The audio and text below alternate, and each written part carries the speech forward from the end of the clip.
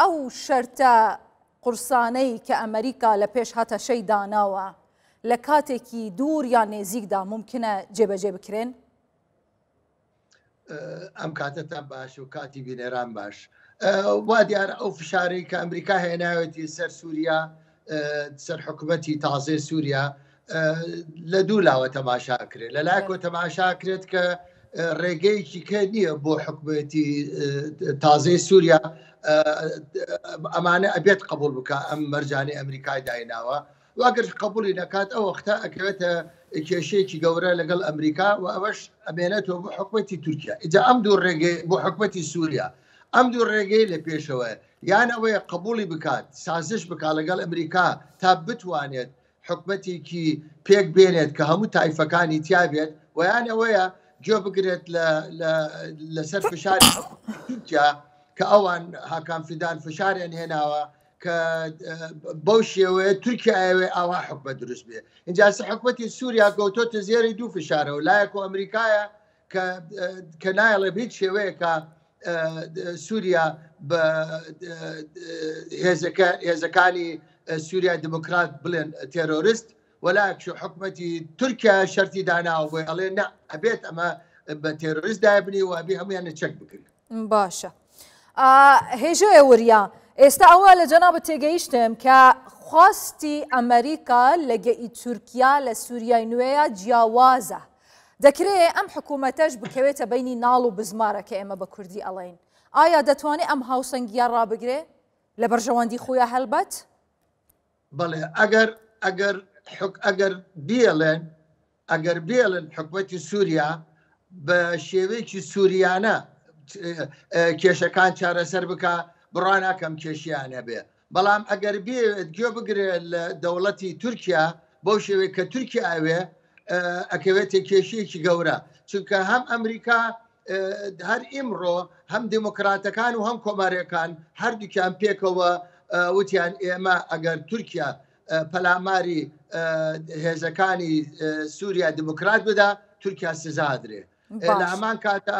ئەردۆغان داوای چوو بۆ هەندێک وڵاتە عەرەبیەکان لە مسرشا داوای کردو لەوانش کە ئەم مەسەلەی تێبگەین، ئەوانش بە شێوەیەکی ئەوە ڕاستەوخۆ پیان وتووە کە ئێمە لەگەڵ ئەوە نین شەڕەکە قوڵ بێتەوە لە سووریا ئەو وەختە هێزەکانی کەشێنە پێشەوە. یعنی وا دیارە ئاجەندەکە لە دەستی سووریا بە دەستی خۆیەتی، ئەبێ ئەوانی سووریەکانیش حکوومەتی ئەحمەد شەرع ئەبێ گوێ بگرن لە تایفەکانی کەیە بۆ تایبەتی لە کوردەکانە، ئەبێ گوێ بگرن حکوومەتێکی وەکو ئەڵێن نەتەوایەتی دروستکردن نە حکوومەتێک سەر بە وڵاتەکانی دەوروبەر بێت. بەڵام دوێنێ کوبوونەوەیەکیان بووە کە هیچ نونەرێکی کوردیان لەم هێزانەی کە جەنابەت باسی لێوە کرد یادا نەبوو. بەڵام لەم کاتەدا باسی ئەنجامدانی کۆنگرەی نیشتیمانی سووری دەکەن. ئایا ئەم کۆنگرەیە ممکنە ئەنجام بدرێ و تێدا کوردیش قسەی ڕوڵی خۆی تێدا هەبێ؟ بەڵێ بۆ کوردەکە دوو ڕێگا هەیە، یان ئەوەیە سازش بێت هەتاکو دوور بێت لە ئایندەیەکی تاریک وەنا دیارکراو، ویان ئەوەیە بچێتە ناو ئایندەیەکی تازە دیارکراو و سازش بکا لەگەڵ حکوومەتی تورکیا و ئیمڕۆ بڕا بکەم بە شێوەیەکی زۆر ڕاستەقینە چۆنێتە پێشە. جەنەرال مەزلوم عەبدی وتی ئێمە هیچ فدرالیشمان ناوێ بەلکۆمانەوێ بین پارچەیەکی لە سووریا ئەومانەی ئەمە وەکۆڵێ سیگناڵێکە، ئەمە ئیشارەیەکە لە ئەمریکا و لە ئەوروپا درایان پێیان کە ئێوە بە شێوەیەکی قسە بکەن لەگەڵ حکوومەتی تورکیا حکوومەتی سووریا تا ئێمەش بەرگریتان لێ بکەین. هەلامان کاتە کارێکی زۆر زیرەگانەیان کرد. شێخ مرشید خەزدەویان هێنایە پێشەوە کە خەڵکی قامشلو و کوڕی معشوق خەزدەوی شەهید معشوق خەزدەوی ئەوان هێنایە پێشەوە کە گفتوگۆ بکا لەگەڵ حکوومەتی سووریا، یعنی بە دوو ڕێگا کردویانە ئەبێت بیکەن وئیلا ئەفۆتێن. جارێ کاک وریا لێرە شتێکی تر هەیە، تو دەڵێ شێخ معشوق الخەزنەویان ناردووە بۆ ئەوەی گفتوگۆ لەگە حکوومەتی تازەی سووریا بکە، بەڵام لە کاتێکە هێشتان کورد لە ناو خۆیان ڕێک نەکەوتون. ئایا ڕێککەوتن بە تەنیا لەگەڵ حکوومەتی تازەی سووریا بەبێ ئەوەی کورد لە ناو خۆیاندا ڕێک بکەون چ دەرئەنجامێکی دەبێ؟ اینجا ئەوەی عینی بەزمەکەی ما بێت ئەو وەختە نابێت ئەوانش بەزمەکەی ئەمە دووپات بکەنەوە دووبەرەکی بکەوێتە ناویان، ئەبێ هەموو بەرە کوردەکانی کە لە هەموو پارتە کوردەکانی کە لە سووریا خەباتیان کردووە دش بە حکوومەتی ڕابردووی سووریا ئەوانش هەبێ بەشدار بن نابێت بەس وەفدێکی تایبەتی بەس خۆیان هەبێ ئەبێ ئەوانی کەش بەشدار بن اینجا ئەو وەختە سەرکەون و ئەیلا ئەگەر ئەوەکانی کە هێمال بکەن و بیخەنە پشتگوێ ئەبێتە عینی بەزبەکەی لای خۆمان. باشە ئێستا لەم کاتەدا ئەوەی کە پێویستە کورد خۆی بپارێزێ لەم هەڕەشە و مەترسیانەی کە تورکیا لەلایەکەوەدا کە ئەمڕۆکە ئەحمەد شەرعیش وتی دەبی چەک تەنیا لە دەستی دەوڵەتا بێ وەزیری دەرەوەی تورکیا وتی داهاتووی سووریادا جێی پەکێکە یەپەگە نابێتن کەواتە مەترسیەکان لایەک زیاترن لە یەکیش زیاترن کورد لەم کاتەدا بۆ خۆپاراستن لەو مەترسیانە لە ئۆپەراسیونە نوێیەکانی سووریا بوو سەر خاکی ڕۆژاوای کوردستان چی بکە باشە؟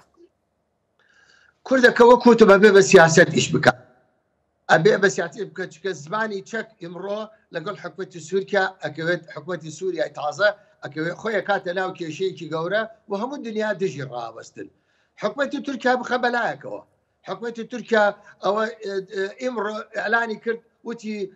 من ئامادەم ئەم هەفتەیە دونیۆنەر بنێرم بۆ لای عەبدوڵڵا ئۆجەڵان باس بکەن لەگەڵیانەوە بێن سازش بکەین لەگەڵیانە حکومەتی تورکیا بە شێوەیەکی کە بە هیچ شێوەیەک نایەوێ باسی کورد بکرێت لە سووریا بە هیچ شێوەیەکە ئەڵێ کوردەکە نابێ بڵێ من کوردم ئەڵێ بڵێ من سووری وەکو لایەمە لە تورکیا باشە کەسێکیش نییە بە پرزیدنت ئەردۆغان بڵێ ئێدە باشە دەفەرمو تۆ ئەگەر تۆ ئەوە ناڵێ من کێشەم لێ لەگەڵ کورد ئێدە تۆش وەکو ئەحمەد حەسەن بەکری ساڵی 1970 وەرە تەلەڤیزیۆنی ئازارێکی تورکیمان بۆ بخوێنە بڵێ بابە کوردەکە ئێوە ئازادن زمانتان ئازادە کەڵتورتان ئازادە پارتە سیاسەتەکانتان ئازادە بێنە ناو پەرلەمان بۆ ببن بەشێک لە پرۆسی سیاسی لە تورکیا ئەو زمان کوردەکە چەکدانێتەوە چێتە ناو حکومەتی تازەی تورکیا ئەگەر لە دڵان ڕاستەقینە بۆ کورد ئەگرێ بەڵام ئەو ناوێ ئەو لە سووریا ناوێ کورد هەبێ ناوێ لەگەڵ وەزیری دەرەوەی ئەڵمانیا پێی ناخۆش بکەوتی کوردەکان ئەڵێ مەڵێ کوردەکان ئەڵێ بڵێ تێرۆریستەکان ئیمڕۆ نیۆنەری حکومەت ئەڵێ تێرۆریستەکان نە کوردەکان باشە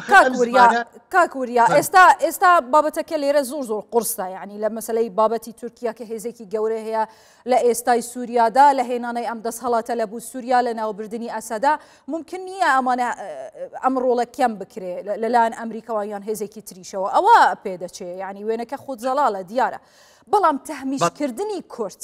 لە سووریای نوێدا ئایا دەرفەت بوو سەرهەڵدانی شەڕێکی تریش دروست ناکە لە ناوخۆی سووریا ئایا ئەمریکا و هاوپەیمانەکان ڕێک بەمە دەدەن کە کورد تەحمیش بکرێ ڕۆڵی نەبێ لە سووریای نوێیە تاکو ئەم چرکەیە ئەمریکا پشتی کوردی بەرنەداوە ئەوروپاش پشتی کورد ڕاستە هەندێ وتەی ئەوروپیەکانە لەم لاولەلا وتیان کە ئێمە کوردەکان بەڵام بە هیچ شێوەیەکە نایەنەوێت چونکە کوردەکە بەشدار بوو لە شەڕکردن دژی بە داعش و دژی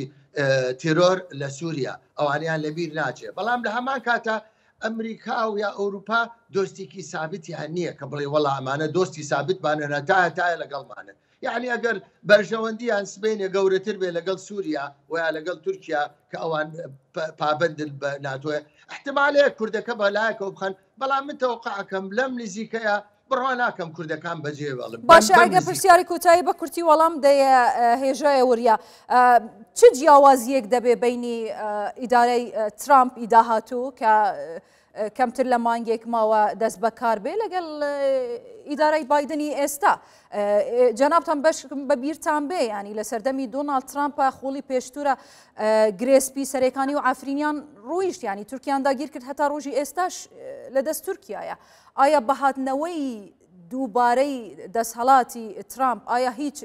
لە بوو کوردی ڕۆژاوای کوردستان بە تایبەت دەگۆڕدرێ ئایا دەستی تورکیا کراوەتر ئەبێ؟ خۆی ڕاستە